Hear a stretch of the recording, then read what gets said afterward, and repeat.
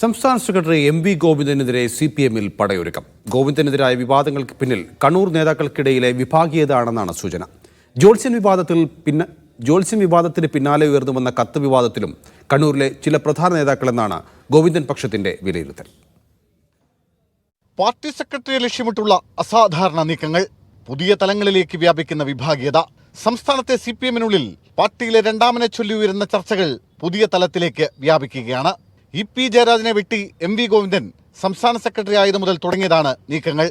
ആഴ്ചകൾക്ക് മുമ്പാണ് പയ്യന്നൂരിലെ ജോത്സ്യനെ കണ്ടതുമായി ബന്ധപ്പെട്ട് M.V. ഗോവിന്ദനെതിരെ സംസ്ഥാന കമ്മിറ്റിയിൽ ആരോപണമുയർന്നത്. ആരോപണം ഉന്നയിച്ചത് കണ്ണൂരിൽ നിന്നുള്ള സംസ്ഥാന കമ്മിറ്റി അംഗം P. ജയരാജൻ. പിന്നാലെയാണ് കത്ത് വിവാദം. കത്ത് മകനെതിരെയെങ്കിലും കൊണ്ടത് ഗോവിന്ദന് തന്നെ. പരാതിക്കാരനായ ഷർഷാദിനെ കണ്ണൂരിൽ നിന്നുള്ള മുതിർന്ന നേതാവ് E.P. ജയരാജൻ ഫോണിൽ വിളിച്ചെന്നും കത്തിലെ വിവരങ്ങൾ ആരാഞ്ഞതായും സൂചനയുണ്ട്. അതോടെയാണ് പട പാളയത്തിൽ നിന്ന് തന്നെയെന്ന് വ്യക്തമാവുന്നത്.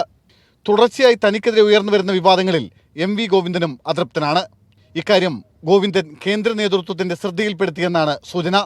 മീഡിയ 1 കണ്ണൂർ.